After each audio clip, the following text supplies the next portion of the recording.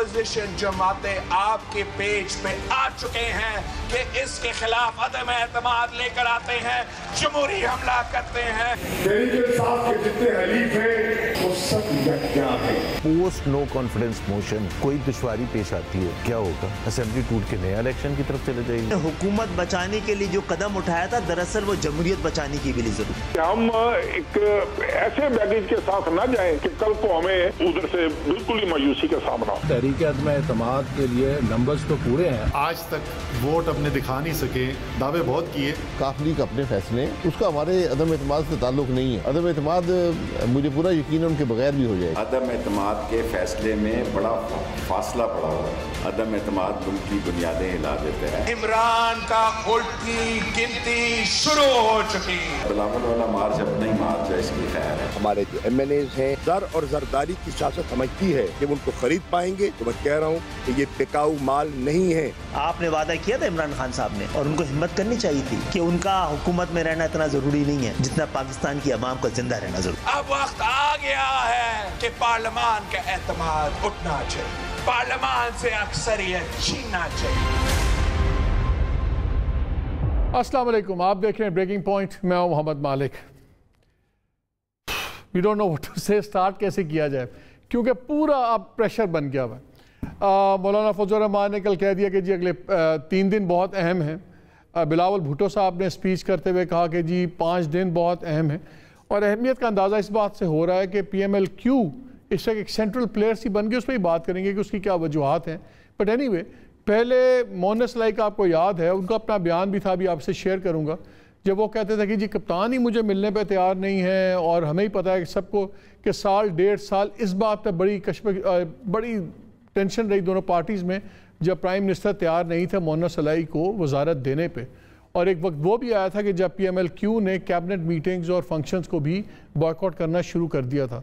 बहरहाल prime minister वहाँ चले गए, और आज 1-on-1 मुलाकात भी हुई है मोनस लाई की अपने प्राइम मिनिस्टर के साथ। ये बहुत बड़ी डेवलपमेंट है, लेकिन अभी तक जो हमें नज़र आया है वो ये है कि किसी भी इत्तेहादी ने खुल के पब्लिकली सपोर्ट नहीं किया, और ये गारंटीड अपनी खुल के बात नहीं, कैटेगोरिकल ये नहीं कहा कि हम गवर्नमेंट के साथ हैं। आएँ बाएँ शाएँ, कभी कहें जी खाना पक रहा है, कभी किचन में ये हो रहा है, कभी हांडी बड़ी है, उसका उबाल आने दें। मुझे याद आ रही हैं मरहूम पीर पगाड़ा साहब की बातें, जब वो ज़िया के ज़माने में आपको याद है कहते थे बिल्ली है, काली बिल्ली है, बिल्ली चूहे को पड़ गई, चूहा कुत्ते को पड़ गया, तो लोगों को खुद इन बिटवीन लाइंस रीड करना पड़ता था। आज भी सिचुएशन वहाँ खड़ी हुई है, और इत्तेहादियों का हाल ये है कि एज़ वी स्पीक MQM के खालिद मकबूल सदीकी साहब इस वक्त मेंगल साहब के साथ, अख्तर मेंगल के साथ खाना खा रहे हैं कोयटा में। MQM का भी हमें समझ नहीं आ रही कौन है, कहाँ पे क्या चीज़ें हैं। जब गवर्नमेंट की बातें सुने कहते हैं सब अच्छा है। ये एग्जैक्टली अब हो क्या रहा है, और क्या हम बिल्कुल उस पॉइंट पे पहुंच गए हैं कि डू और डाई होगा। और ये भी लोग सवाल उठ रहे हैं कि अगर प्राइम मिनिस्टर लाहौर का प्रेशर नहीं ले सके और लाहौर के आगे नहीं खड़े हो सके, तो फिर क्या प्राइम मिनिस्टर पिंडी के साथ इनके क्या चीज़ें होंगी, क्या वहाँ की शराइत मानेंगे, व्हाटएवर। ये तो बात की बातें हैं, लेकिन एग्जैक्टली ये हो क्या रहा है। और ऊपर से एक ताज़ा तरीन खबर ये भी आई कि प्राइम मिनिस्टर साहब ने असद उमर को अपना कोऑर्डिनेटर मुकर्रर किया है चौधरियों के साथ बातचीत के लिए। मेरा ख्याल था कि शायद फवाद चौधरी होंगे या कोई और जिनका पंजाब से ताल्लुक़ हो, कोई चौधरियों के साथ हिस्ट्री, कोई दूसरा रिलेशनशिप हो। क्या असद उमर इस सेंसिटिव टास्क के लिए कारामद होंगे या इनफेक्टिव होंगे कि इफेक्टिव होंगे, इस पर ही बात करेंगे। लेकिन कोशिश करेंगे कि ज़रा समझ आ जाए कि ये सियासत इस वक्त हो क्या रही है। हमें ज्वाइन किया है PMLN से खुर्रम दस्तगीर साहब ने, former member federal minister for defence and commerce, PMLN के सीनियर रहनुमा चौधरी मंजूर अहमद साहब, सीनियर लीडर पाकिस्तान पीपल्स पार्टी, और ऑन अब्बास पप्पी सेनेटर हैं PTI के। और तमाम लोगों का बहुत शुक्रिया। लेकिन मैं चाहता हूँ कि पहले ज़रा वो मोनस लाई वाला की बातें सुन लें, और PMLQ की जो अभी तक बातें हुई हैं इस तमाम इशू पे। ने कत्तन हुकूमत के खिलाफ कोई फैसला नहीं किया, ना हुकूमत के हक में कोई फैसला किया। हम इंतजार में हैं कि चौधरी परवेज लाई साहब क्या फैसला करते हैं। अभी तो बर्ची खाने में सामान इकट्ठा हो रहा है, अभी तो पकना शुरू हुआ है, कुछ पकेगा उसके बाद फैसला करेंगे। एडी बड़ी हांडी चढ़ी निकलेगा। ऐसे बैगेज के साथ न जाए कि कल को हमें उधर से बिल्कुल ही मायूसी का सामना हो।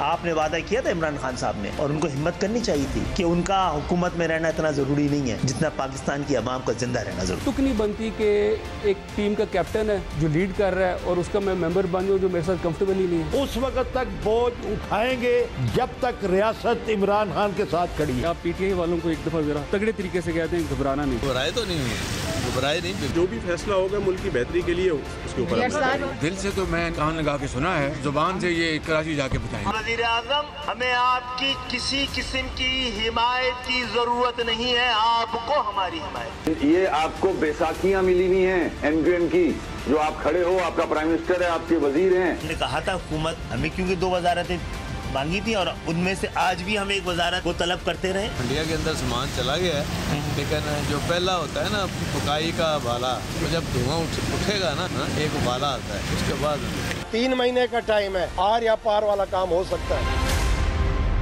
आपने तमाम लोगों की बातें सुनी, MQM, GDS तमाम, लेकिन बात शुरू करने से पहले मैं चाहता हूँ कि आप परवेज़ इलाही साहब की ज़रा आज की गुफ्तगू के 1-2 और चीज़ें भी सुन लें, जो आज लेटेस्ट उन्होंने क्या कहा।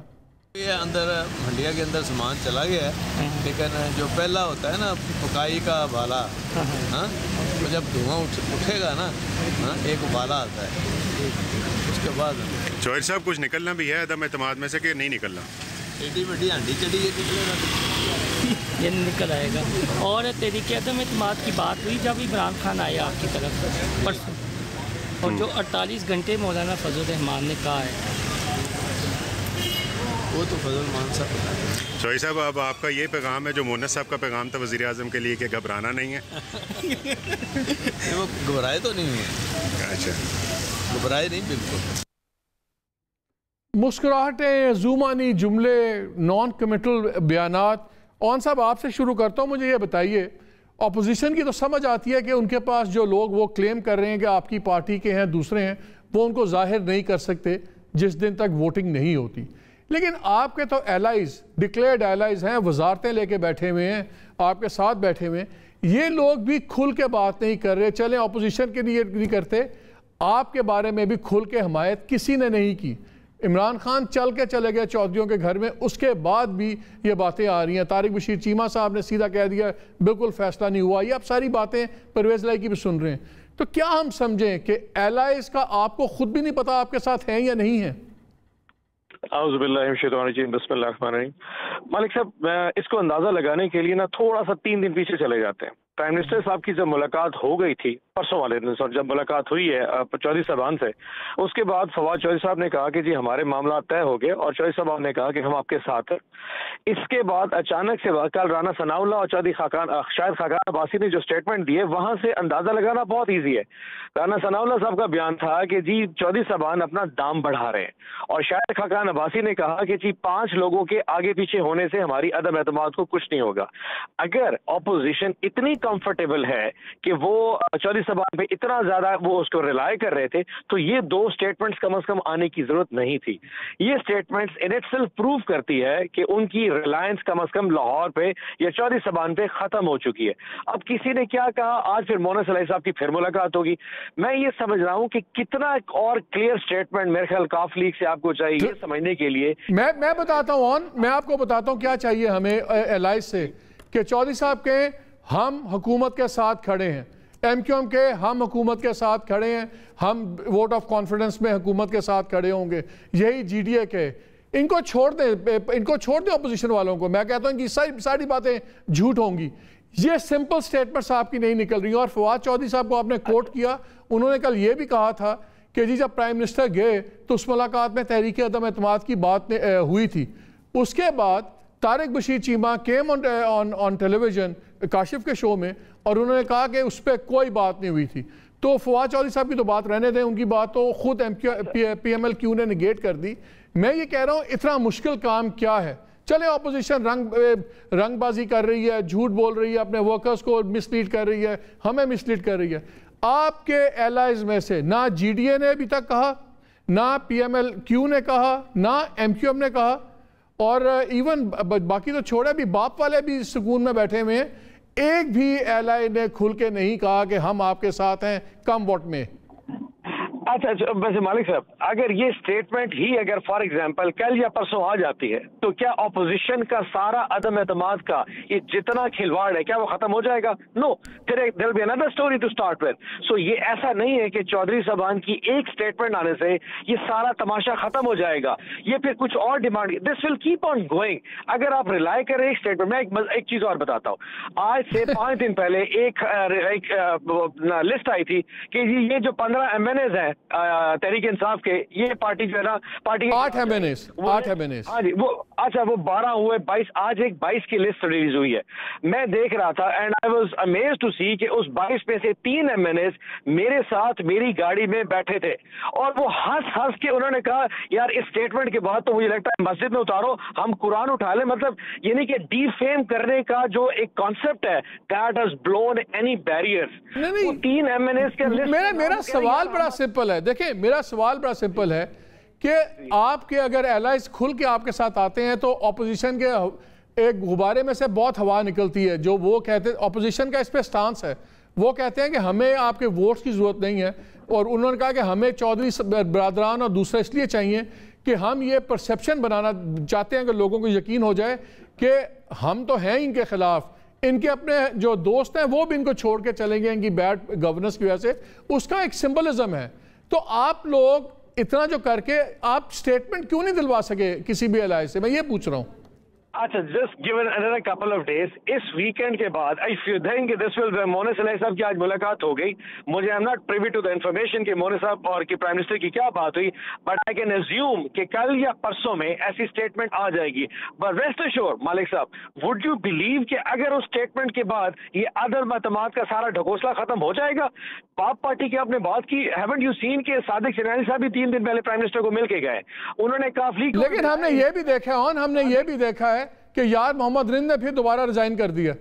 आपके वाहिद आदमी थे बलोचिस्तान में। अच्छा, वैसे आपस में मालिक साहब वो हमारी पार्टी का हिस्सा है, वो नाराज होते रहते हैं, हम उनको मनाते रहते हैं, this will keep on going. अभी अपने बाप का जिक्र किया, डिड यू रियलाइज के 3 दिन पहले सादिक सिनानी साहब परवेज इलाही साहब के पास जो गए थे, what do you think you went for? उन्होंने वही जाके कहा था कि ठीक है हमारे अगर कोई गिले शिकवे हैं तो हम बैठ के सेटल कर सकते हैं। सो रेस्ट एश्योर, अगर कहीं पे कोई कमी बेशी हमारे अलायंस में, हमारे रिश्ते में कोई दरार आ गई है, विल फिल दोस, वो रैंक्स को फिल कर लेंगे। ये इस पे अगर ऑपोजिशन रिलाई करके इतना बड़ा आदम एतमाद ला रही है, rest assured it just go down the drain within no minutes. Sir Khurram Dastgir साहब, आपने बात सुनी है ऑन की, वो कह रहे हैं कि ये इररिलेवेंट सी चीज़ है कि एलाय साथ हैं या नहीं है, तो इसलिए हमें फ़र्क कोई नहीं पड़ता। और अगर आप इतने चीते हैं तो फिर आप आएँ, चीज़ें लाएँ सामने। तमाशा करने वालों को खबर दी जा चुकी है कि पर्दा कब गिरेगा, कब तमाशा ख़त्म होगा।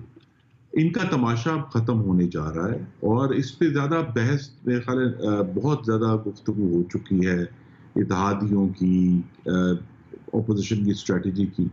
अब सिर्फ एक ही काम हमारे सामने है कि आज जरदारी साहब मिल रहे हैं मौलाना फजलुर रहमान को, वो कोई फैसला करेंगे किस दिन ये तहरीक फाइल होगी, और उसके बाद जब भी वोटिंग होगी तो ये इंशाल्लाह इसका नतीजा आएगा। जो इश्यूज थे, आज दिलचस्प बात यह है कि आज से ठीक 1 साल पहले 3 मार्च 2021 को यूसुफ रजा गिलानी 172 वोट लेके इस्लामाबाद से सेनेट के उम्मीदवार कामयाब हुए थे, और कौमी असेंबली में वजीर आजम बनने के लिए जो मिनिमम थ्रेशोल्ड है वो 172 ही है। तो हमने 1 साल पहले ही डेमोन्स्ट्रेट कर दिया था कि अगर जहां अपोजिशन यूनाइट होती है तो फिर 172 वोट या उससे ज्यादा भी मिल सकते हैं। उसके बाद आपको मालूम है हमारे और पीपल्स पार्टी के इख्तलाफात हुए, लेकिन इस जो अदम एतमाद की तहरीक है, इसकी संजीदगी का यही सबसे बड़ा एक यार्ड स्टिक है कि मुस्लिम लीग नून और पीपल्स पार्टी ने अपने जो इख्तलाफात थे उन्हें भुलाया, जो एक दूसरे के खिलाफ बयानात दिए थे उन्हें पसे पुश डालकर हम मुत्तहिद हुए हैं, क्योंकि पाकिस्तान अब तेजी से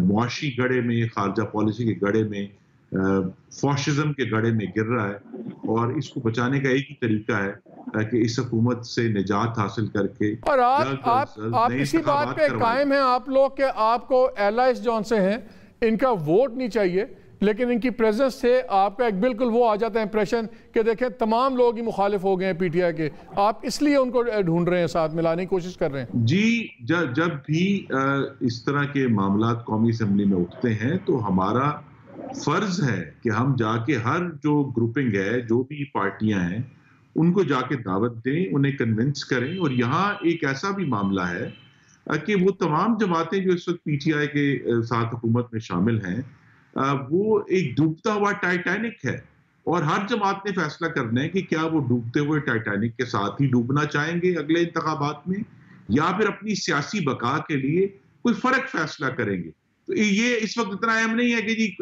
कौन से ओहदे अगर अदम एतमाद कामयाब होती है तो उसके खिलाफ उसके बाद क्या ओहदे मिलेंगे, किसको क्या। असल क्वेश्चन ये कि हर जमात ने अगले आने वाले इंतखाबात जो ज्यादा दूर नहीं है उसमें अपनी सियासी बका का फैसला करना है और अवाम के पास जाने के लिए उनको अपनी क्रेडिबिलिटी कायम करनी है। जो पीटीआई के टाइटैनिक में इस वक्त चढ़े हुए हैं उनके साथ ही डूब जाएंगे। चौधरी मंजूर साहब ये बताएं, एमक्यूएम को भी आप लोग भी कोट कर रहे हैं, लेकिन एमक्यूएम ने सिंध में आपके खिलाफ बंदूकें खोली हुई हैं, आप लोगों ने उनको बंदूकें खोली हुई हैं, तो क्या आप दोनों की जो सा क्लैश है ये फिर एमक्यूएम को दूर नहीं रखेगा आप लोगों के साथ कोई बातचीत करने में, अलायंस के साथ जुड़ने में? नहीं, देखिए एक दो चीजें बड़ी इम्पोर्टेंट हैं। पहले तो ये एक गैर मामूली इशू है कि मुस्लिम लीग नून ने अपनी मीटिंग की और अपना सारा इख्तियार मियां नवाज शरीफ साहब को दे दिया। पीएमएलक्यू ने मीटिंग की और अपना सारा इख्तियार परवेज लाई साहब को दे दिया। जेयूआई ने मीटिंग की, सारा इख्तियार जो है वो मौलाना फजल रहमान साहब को दे दिया। जहांगीर तरीन ग्रुप ने मीटिंग की, अपना सारा इख्तियार जहांगीर तरीन को दे दिया फैसला करने का। अब चलो खुर्रम साहब भी अपनी पार्टी के बहुत आम रुकन है, चलो मैं तो शायद उतना आम नहीं हूं, लेकिन फिर भी मुझे कुछ चीजों का इल्म होता है। अब जिस लिस्ट का ये हमारे दोस्त छोटे भाई जिक्र कर रहे हैं, उस लिस्ट का हमें नहीं पता, लेकिन इनको पता चल गया कि कौन सी लिस्ट है और कौन सी नहीं है। बाकी चीजें जो हैं इस बार ये सेकंड ईयर लीडरशिप तक नहीं है, बहुत क्लोज रख कर खेल रहे हैं। मसलन जरदारी साहब को पता है, मौलाना फजल रहमान को पता है, मियां शहबाज शरीफ को पता होगा, मियां नवाज शरीफ साहब को पता होगा या बिलावल साहब को पता होगा। इन 4-5 लोगों के अलावा किसी को नहीं पता। बाकी नेगोशिएशंस हैं। रही बात ये कि एमक्यूएम का आपने सवाल किया, देखिए एमक्यूएम का असल प्रॉब्लम जो है वो पीटीआई के साथ ही है। अगर उन्होंने इलेक्शन लड़ना है, उनकी सीटें पीटीआई ने छीनी है, पीपल्स पार्टी ने नहीं छीनी। सो इसलिए अब उन्होंने शुरू कर दिया है, अगर वो इलेक्शन में जाना है उन्होंने, तो फिर इलेक्शन में जाने के लिए उनका जो एक्चुअल होगा इस बार पीपल्स पार्टी के साथ भी होगा। हम भी वहां पे कराची में बिल्कुल बराबर पे खड़े हुए हैं, लेकिन एक्चुअल जो प्रॉब्लम है उनका वो पीटीआई के साथ है। एक बात, दूसरी जो क्यू लीग है उन्हें भी देखना है, और जिसने अगला इलेक्शन लड़ना है उन्होंने फैसला करना है कि क्या वो इस बोझ के साथ, इस महंगाई, इस बेरोजगारी, इस लाकानूनियत, इस खारजा पॉलिसी के फेलियर, नेशनल एक्शन प्लान के फेलियर, इसमें क्या वो इसका बोझ उठाकर अगले इलेक्शन में जा सकते हैं, नहीं जा सकते। अब इलेक्शन की तरफ चीजें बढ़ना शुरू हो गई हैं।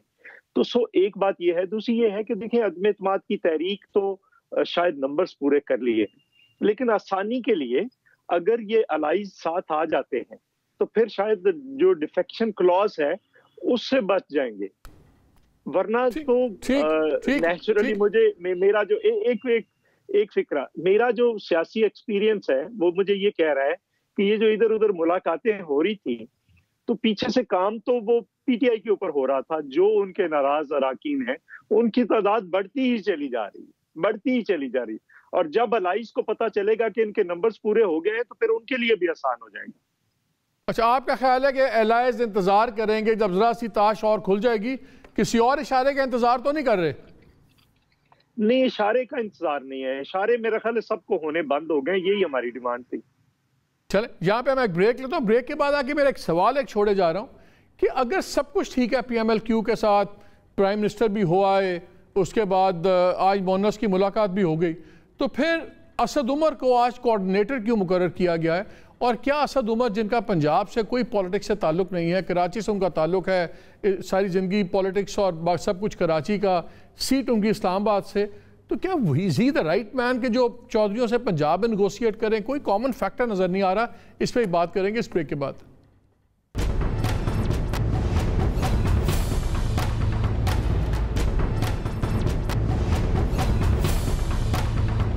जी welcome back to the show.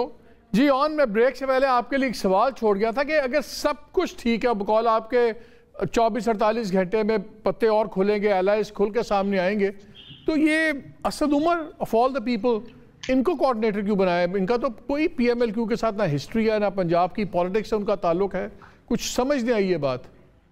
अच्छा, वैसे तो ये क्योंकि आज का डिसीजन है तो ऑफकोर्स आज कोर कमेटी और प्राइम मिनिस्टर साहब ने आज फैसला किया होगा, लेकिन आप फिर देखें तो इससे पहले भी जब भी हमारे MQM से कोई डिस्कशन हुआ करती थी तो वो भी असद भाई डील करते थे, और उसके बाद अगर आपने देखा GDA से हमारी जब डिस्कशन है वो भी असद उमर साहब ने लीड किया था।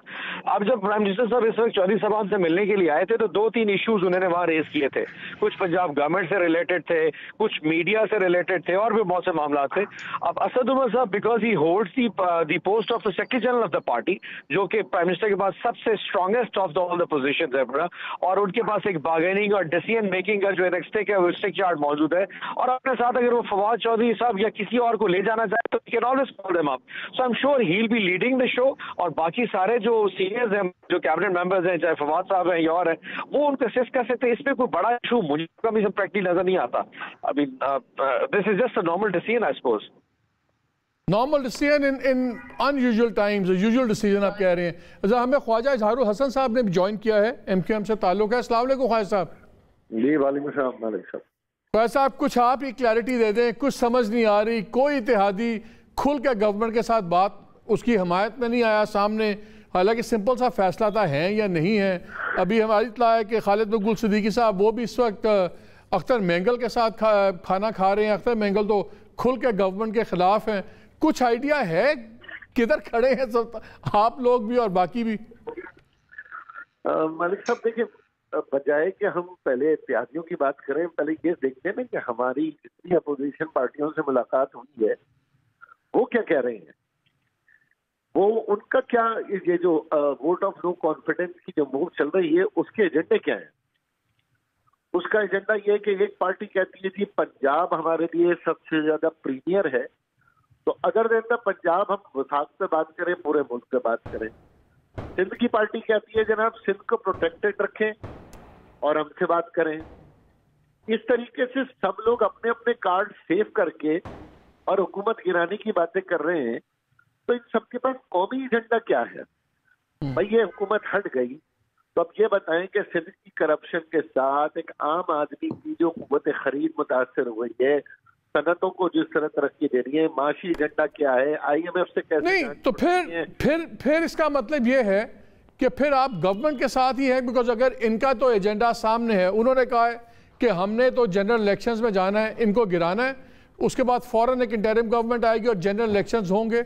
और मेरी आज की इत्तला ये है कि जरदारी साहब ने भी ये कन्वे कर दिया है नवाज शरीफ साहब को कि जी हम भी अर्ली इलेक्शंस के लिए तैयार हैं। अब तक ये बहुत बड़ा एक रखना था तमाम चीज़ों में, तो उनका एजेंडा तो क्लियर है, वो चाहते हैं कि नए इलेक्शंस हों और नया मैंडेट मिले। अब मुझे बताएं कि MQM और क्या चाहती है? मैं इसको मालिक साहब चले आपकी मैं इंफॉर्मेशन को मुकद्दम रखते हुए ये कहता हूँ कि नए इलेक्शन हो और वजारत उज़्मा मुल्क की बागडोर फिर में से किसी के हाथ में आ जाए, यही है ना मसला। और हमारा ये मसला है नहीं। अगर हमें बिलावल साहब कहते हैं कि हुकूमत छोड़ के 2 वजारतें सूबे में ले लो, तो ये हमारा मसला है ही नहीं। हम पूरे पाकिस्तान में जो जा रहे हैं PTI के साथ, बेशक हमारी नाराजगी है, लेकिन हम इत्तेहादी तो हैं। हम भी तो पूरी जमातों से यही पूछने जा रहे हैं। तो आपका इस वक्त कौन सा मसला है, क्या मसला है जो डिसाइड करेगा कि MQM दाएं जानिब जाएगी या बाएं जानिब? कौन सा एक सवाल है जिसके ऊपर आपका फैसला अटका हुआ है MQM का? मालिक साहब, मेरा सबसे बड़ा मसला जहां से मुझे वोट मिलता है, जो इस मुल्क को 70% रेवेन्यू देता है, मुझे उस शहर की तबाहाली का जवाब बाकी जमातों से चाहिए, उसकी बहाली का फार्मूला चाहिए। मुझे मेरा मसला है मेरे उस मैंडेट का जो आज तक फूड डिलीवरी में लगा हुआ वो नौजवान। मेरा मसला है शहर के इंफ्रास्ट्रक्चर का, फिर इकोनॉमिक हब का, इंडस्ट्रियलिस्ट का, ताजिरों का, जो रोज मुजाहिरे कर। तो फिर मुझे एक बात बताएं, आपके जो एलाए हैं उनकी सबसे ज्यादा सीटें भी कराची में उनकी, वफाक में आपकी सपोर्ट से उनकी गवर्नमेंट भी खड़ी हुई है। तो ये तमाम मसाइल तो अगर 3.5 साल में PTI ने हल करने थे, तो अगर अभी तक हल नहीं हुए तो फिर आपका मसला तो असल PTI गवर्नमेंट के साथ है। तो फिर आपका फैसला आसान नहीं है। मेरा ख्याल है आपने बड़ी जबरदस्त बात कर दी कि एक तरफ 3.5 साल हम उन मसाइल के पीछे तकरार करते रहे, रोकना बनाना आपके सामने हमारा रहा है, और दूसरी तरफ जो अपोजिशन है उसके पास भी हम एजेंडा नंबर 1 पे नहीं है, न नंबर 2 पे, न नंबर 3 पे है। तो ये जो कंफ्यूजन आपको इत्यादियों से नजर आ रही है, मेरा ख्याल है आपने खुद ही इसका जवाब दे दिया कि हमारे साथ वजारत नहीं, हमारे साथ तो पूरी सोल्यूशन की बात करें कि आप आएंगे तो ऐसा कौन सा जादू करेंगे, चमत्कार करेंगे जो कि शायद प्राइम मिनिस्टर इमरान खान साहब नहीं कर सके। ये जवाब किसी के पास नहीं। चलें इनसे पूछ लेते हैं। इजहार भाई एक सेकंड, खुर्रम दस्तगीर साहब भी हैं, पीपल्स पार्टी भी है। खुर्रम, आपने बातें सुनी हैं इजहार साहब की, जवाब है आपके पास? वो कहते हैं आपके पास एक ही एजेंडा है, गवर्नमेंट गिरा दो, that is not what they want. जी, हालिया सालों में कराची में 2 चमत्कार हुए हैं। एक तो 2008 से 13 तक तकरीबन 8 से 10 हज़ार कराची के शहरी जो हैं वो टारगेट किलिंग में हलाक हुए थे। तो मुस्लिम लीग नून ने पहला जो मोर्चा किया वो ये किया कि चमत्कार किया कि कराची को पुरअमन किया। दूसरा चमत्कार अभी चंद हफ्ते पहले कराची में ग्रीन लाइन का आगाज हो गया है। तो कराची के इंफ्रास्ट्रक्चर में अगर वाहिद कोई एक कदम आगे बढ़ा है तो वो भी मुस्लिम लीग नून लेकर आई है। कराची में अगर नए पावर प्लांट्स लगे हैं, अभी K3 न्यूक्लियर पावर प्लांट जो है उसका आगाज हुआ है, उससे पहले जो पोर्ट कासिम पे जो दूसरा पावर प्लांट है वो काफी सालों से चल रहा है। तो जितने भी इंफ्रास्ट्रक्चर के मेजर प्रोजेक्ट्स हैं, जिसमें अब मुल्तान से सक्खर की मोटरवे भी चालू हो चुकी है जो कि एक मौजज़ा है, ये सारे मुस्लिम लीग नून के प्रोजेक्ट्स हैं। तो हमने तो करके दिखाया है कि कराची को, जो कराची जहां दोबारा अभी खबरें आ रही हैं, तो फिर आपके ख्याल में MQM सेटिस्फाई क्यों नहीं हो रही? क्या MQM excuse my saying so, क्या MQM अपना भाव बढ़ा रही है आपके ख्याल में? जी नहीं, MQM और दूसरी जो इत्तेहादी जमातें हैं, ये सिर्फ इमरान खान की हुकूमत की पॉलिसीज का इशू तो नहीं है ना मालिक साहब। यहाँ तो एक हाइब्रिड निज़ाम है जिसके इख्तिताम की हम कोशिश कर रहे हैं, उसको कमज़ोर करने की कोशिश कर रहे हैं। तो उस हाइब्रिड निज़ाम में मुख्तलिफ जमातें जो हैं वो चारों तरफ देख कर फैसला करेंगी। तो मुझे ये उम्मीद है कि, लेकिन मुझे एक बात बताएं खुर्रम, अगर आप हाइब्रिड निज़ाम की बात कर रहे हैं, मौलाना फजल रहमान ने कहा कि इदारे न्यूट्रल हो गए हैं, शहबाज शरीफ साहब ने कहा कि इदारे न्यूट्रल हो गए हैं, ज़रदारी साहब कह रहे हैं कि इस वक्त न्यूट्रलिटी चल रही है। अब इससे ज़्यादा अब हाइब्रिड की बात में कोई वजन रह जाता है? क्योंकि अगर हाइब्रिड निज़ाम होता, नहीं, मेरा सवाल ये है, अगर हाइब्रिड निज़ाम पुराने तरीके से चल रहा होता तो मेरा नहीं ख्याल है प्राइम मिनिस्टर खुद चल के चौधरियों के घर जाते। मेरा नहीं ख्याल है कि आज उसी मोहन सलाई को जिसमें मिलने के रवादार नहीं थे उसके साथ 1-on-1 वो उनके साथ करते मुलाकात। तो नज़र तो आ रहा है कि हाइब्रिड नहीं है, अब ये आप पॉलिटिकल ही अरीना में गेम चल रही है। मैं यही तो अर्ज कर रहा हूं कि आखिर अगर वो नहीं है या एक कदम पीछे हटा है तो वो कोई आसमानी तोहफा तो नहीं आया, मनोसलवा तो नहीं है। अपोजिशन ने उसके लिए कोशिश की है, और जो इमरान खान की मुआशी बद इंतजामी है, माफिया सरपरस्ती है, उनका खारजा पॉलिसी में जो कैटास्ट्रफी है, इनहदाम है, पाकिस्तान की जमहूरियत और वफाकियत का इनहदाम है, अब इस हाकिमियत के इमरानी जनाजे का बोझ उठाना हाइब्रिड निजाम के लिए भी नामुमकिन हो गया है। और मेरे तो ख्याल में मैं बड़े दस्तबस्ता अर्ज करूंगा कि MQM और काफ लीग के लिए भी इतना बड़ा बोझ उठाकर अगले इंतखाबात में जाना जो है वो आसान नहीं होगा। तो मैं तो अभी भी गुजारिश करूंगा कि वो इस वजन से इस जनाजे को कंधा देना बंद करें और पाकिस्तान में जो आने वाली जमहूरियत है उसको कायम करने में, आइन की सरबुलंदी कायम करने में अपना हिस्सा डालें। अपना चौधरी साहब ये बताएं, असल इश्यूज तो MQM के आप लोगों की गवर्नमेंट के साथ हैं, वो तो अब खुल के कहते हैं कि आपने इसको सिंधु देश बना दिया है और आप लसानी पॉलिटिक्स कर रहे हैं, आप सब कुछ कर रहे हैं। तो शायद आप लोग सबसे बड़ा क्या कहते हैं रोड़ा बने हुए जो अटका हुआ है दरमियान में इनका, इसके साथ आने का, ऑपोजिशन के साथ जुड़ने में। नहीं, मेरे ख्याल में पीपल्स पार्टी ने अगर लिसानी सियासत करनी होती तो फिर जुल्फकार अली भुट्टो को फांसी का फंदा चूमने की जरूरत नहीं थी, ना मोहतरमा बेनजीर भुट्टो को शहादत कबूल करने की जरूरत थी। ये उनका अपना एक नुक्ता नजर हो सकता है, लेकिन मेरा ख्याल है इजहार साहब ने बात वाजे कर दी है। अब इसमें इफ एंड बट्स लगाने की जरूरत नहीं है। उन्होंने कह दिया है कि जो खालिद मकबूल सिद्दीकी साहब का आज का बयान है वो भी गलत है, जो उससे पहले वो बयान इस हुकूमत के और इस अलायंस के मतलब देते रहे वो गलत है। जो आमिर खान साहब ने कहा था कि अब हमारी टांगे ये वजन नहीं उठा रही, वो भी गलत स्टेटमेंट है। वसीम साहब का भी गलत स्टेटमेंट है। इजहार साहब ने तो आज वाजे कर दिए कि हम गवर्नमेंट के साथ खड़े हैं। मेरे ख्याल में मजीद इसमें कोई इबहाम तो नहीं उन्होंने रहने दिया, और उम्मीद है अगला इलेक्शन वो पीटीआई के साथ अलायंस के साथ लड़ेंगे। और अलायंस का तरीका ये होता है, जो सीट किसी ने जीती होती है वो उसको मिलती है।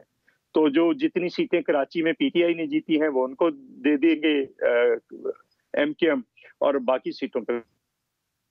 ख्वाजा साहब, आपने बात सुनी है चौधरी साहब की इस वक्त? इजहार भाई, वो तो कह रहे हैं कि आप लोगों का एक्चुअली आपने तो निगेट कर दिया तमाम बयान अपनी लीडरशिप के, और आप गवर्नमेंट के साथ ही हैं। मैं यकीनन थोड़ा कमजोर हूँगा, उर्दू जबान में शायद मेरे अल्फाजों की वो क्लैरिटी ना हुई, मैं दोबारा तस्दीक कर दूं। मैंने ये जरूर कहा कि हम इत्तेहादी हैं, इसमें कोई शक थोड़ी है, इसमें मुनाफकत की जरूरत ही नहीं है। और मैं ये भी कहा कि आपकी हुकूमत गिराने के बाद कोई कहे कि मैं सिंध को टच नहीं करें बाकी देखें, कोई कहे पंजाब की वजारत अला को टच नहीं करें बाकी देखें, तो मैं ये पूछ रहा हूँ ना कि कौमी एजेंडा क्या है? एमकेएम के पास तो एक एजेंडा चाहिए, आपके पास माशी एजेंडा क्या है? आपके पास आईएमएफ का एजेंडा क्या है? गरीब मुतवस्सित तबके के लिए और सिंध में करप्शन खत्म करने का एजेंडा क्या है? ये इतनी बड़ी रैली, क्या अर्ली इलेक्शंस, क्या पूरे मुल्क में जनरल इलेक्शंस काफी एजेंडा नहीं है इजहार भाई? और पाकिस्तान का ना कोई सारा यही इस वक्त पीटीआई गवर्नमेंट का कोई स्कैंडल तो नहीं है ना, नहीं तेल का है ना। इजहार भाई, मुझे एक चीज बताएं, मैं चौधरी साहब मैं एक सवाल पूछ लेता हूँ इनसे, इजहार भाई से। एक एजेंडा तो सामने आ गया हुआ है कि जी जनरल इलेक्शंस हों, पूरे मुल्क में इलेक्शंस हों, ताकि एक नया सेटअप प्रोविंसेस में भी, नेशनल असेंबली में भी जो लोग चाहते हैं उसके मुताबिक बन जाए। क्या ये काफी एजेंडा नहीं है? बड़ा क्लियर एजेंडा है मालिक साहब, फेयर एजेंडा है तो फेयर एजेंडा तो ये हम पीपल्स पार्टी से सुनते रहे ना, पीएमएलएन से सुनते रहे कि भाई आप टेन्योर मुकम्मल करने दें और उसके बाद आ जाएं दोबारा अवाम के अंदर। ये तो दोनों जमातें हमें पढ़ाती रही ना पिछले 15 साल, तो हम अब इनकी बात को कैसे हम रद्द कर दें? इनसे पूछे ना कि अगर पीएमएलएन की। अच्छा, आज खालिद मकबूल सिद्दीकी साहब क्यों गए हुए हैं कोयटा अख्तर मेंगल के साथ? अगर अख्तर मेंगल के पास तो जवाब नहीं है कराची के लिए या सिंध के लिए, तो फिर उनके पास क्यों गए हुए आज? जबरदस्त आपने सवाल किया मालिक साहब, ये है हमारा पॉइंट नंबर 2 कि तमाम लोग जब अपनी अपनी हुकूमत साजी इत्तेहाद की बात करते हैं तो वो शहर जो 70% रेवेन्यू पाकिस्तान को देता है उसकी बात कोई भी नहीं करता। पीएमएलएन गुलाम दस्तगीर साहब का मैं एहतराम करता हूँ, लेकिन पीएमएलएन के साथ भी इंडोर हमारी जो पहली बात हुई यही तो हुई।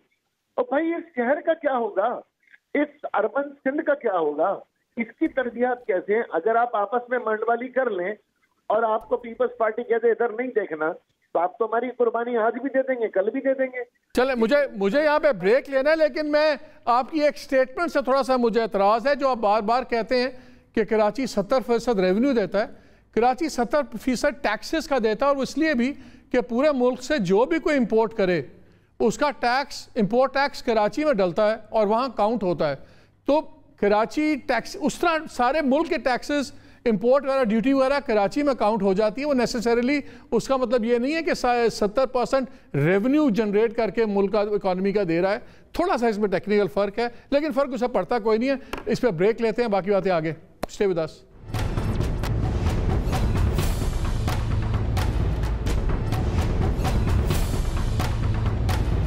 जी, welcome back to the show. ऑन ये मुझे बताएं, सारी बातें हो गई, आपने भी सुनी, एमक्यूएम की भी हमें समझ नहीं, क्या ये एक सोल्यूशन नहीं हो सकता कि ये प्राइम मिनिस्टर बोल्ड स्टेप लें, शट अप कॉल दें अपोजिशन को भी, और वोट ऑफ कॉन्फिडेंस ले लें? सारी इनके गुब्बारे से हवा निकल जाएगी। ये आए बाएं शाएं, जो मुल्क में इंस्टेबिलिटी है, अनसर्टेनिटी है, प्राइम मिनिस्टर क्यों नहीं वोट ऑफ कॉन्फिडेंस ले लेते?